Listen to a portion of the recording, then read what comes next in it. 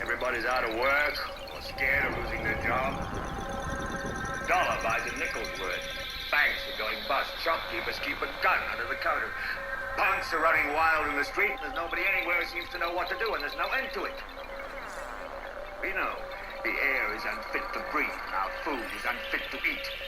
We sit watching our TVs while some local newscaster tells us that today we had 15 homicides and 63 violent crimes, as if that's the way it's supposed to be. We know things are bad, worse than bad. They're crazy. It's like everything everywhere is going crazy, so we don't go out anymore. We sit in the house, and slowly the world we're living in is getting smaller, and all we say is, please, at least leave us alone in our living rooms. Let me have my toaster and my TV and my steel-belted radios, and I won't say anything. Just leave us alone. Well, I'm not going to leave you alone. I want you to get mad.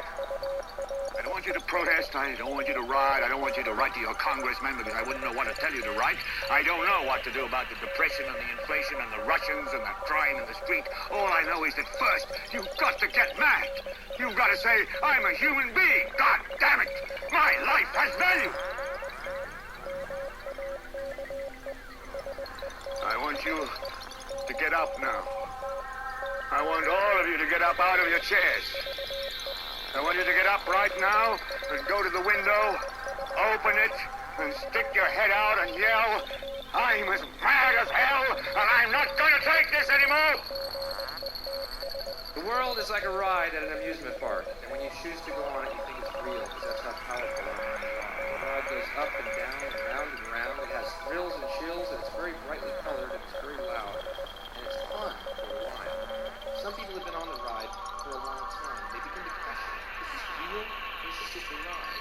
And other people have remembered, and they come back to us, and they say, hey, don't worry, don't be afraid, because this is just a ride. We kill those people.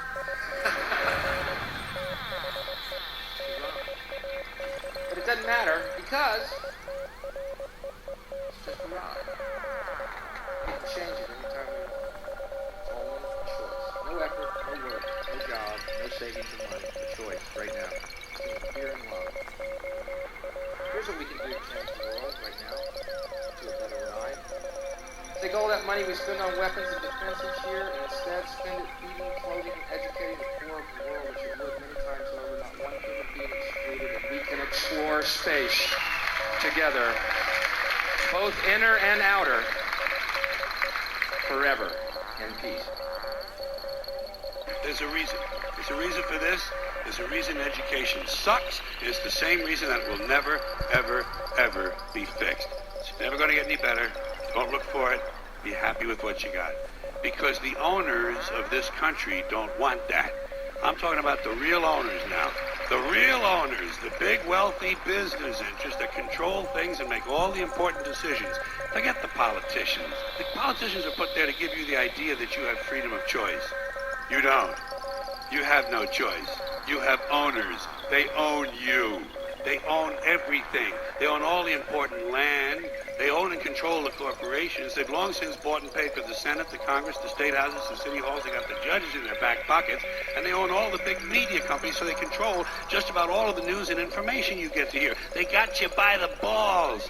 They spend billions of dollars every year lobbying to get what they want.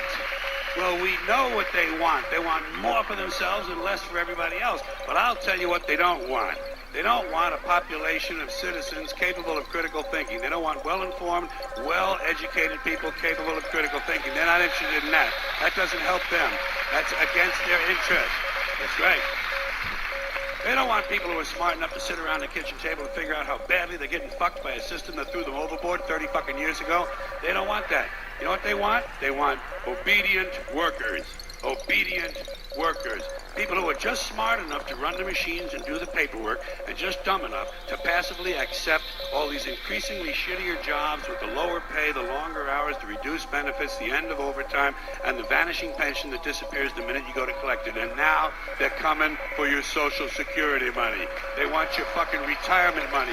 They want it back, so they can give it to their criminal friends on Wall Street. And you know something? They'll get it. They'll get it all from you sooner or later, because they own this fucking place. It's a big club, and you ain't in it.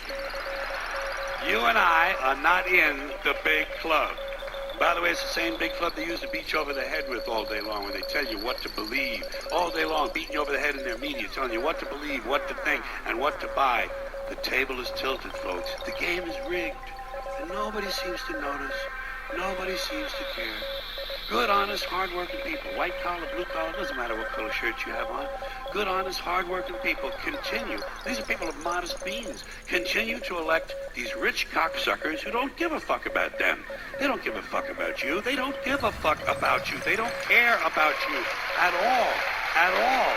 At all. Yeah. You know? And nobody seems to notice, nobody seems to care. That's what the owners count on, the fact that Americans will probably remain willfully ignorant of the big red, white, and blue dick that's being jammed up their assholes every day. Because the owners of this country know the truth. It's called the American dream, because you have to be asleep to believe it.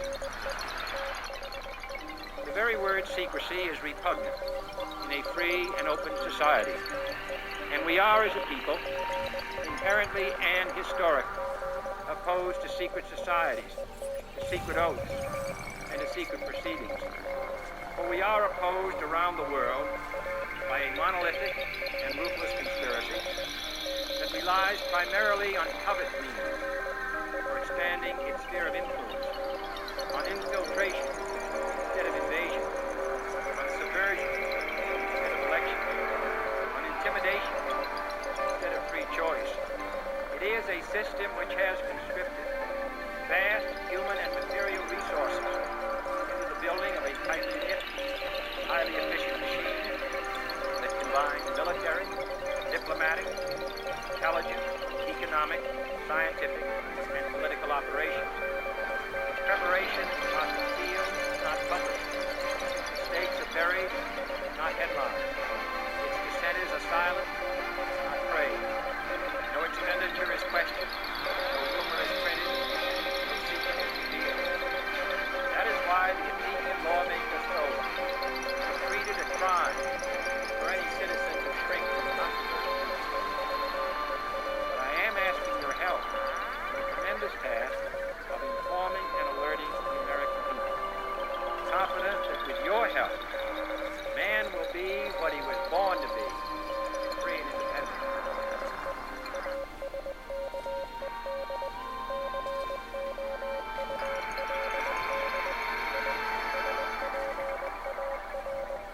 I should like to help everyone if possible.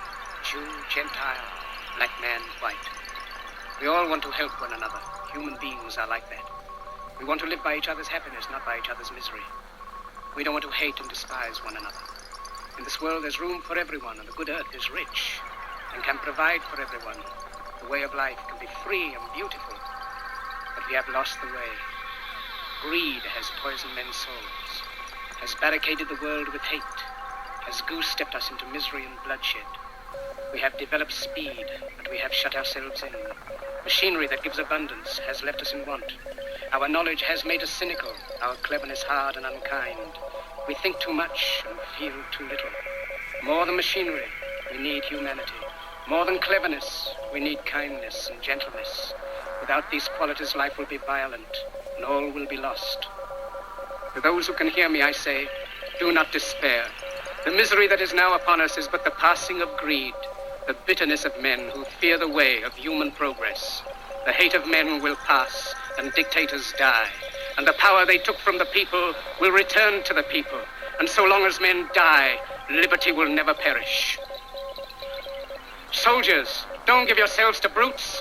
Men who despise you, enslave you, who regiment your lives, tell you what to do, what to think, and what to feel, who drill you, diet you, treat you like cattle, use you as cannon fodder. Don't give yourselves to these unnatural men, machine men with machine minds and machine hearts.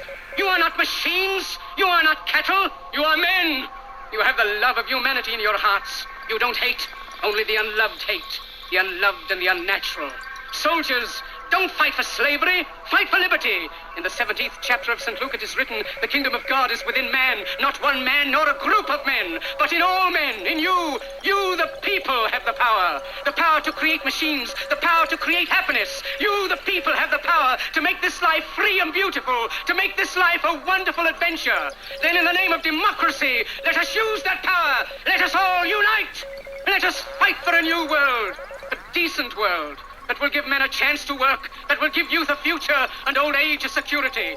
By the promise of these things, brutes have risen to power, but they lie. They do not fulfill that promise. They never will. Dictators free themselves, but they enslave the people. Now let us fight to fulfill that promise. Let us fight to free the world. In the name of democracy, let us all unite!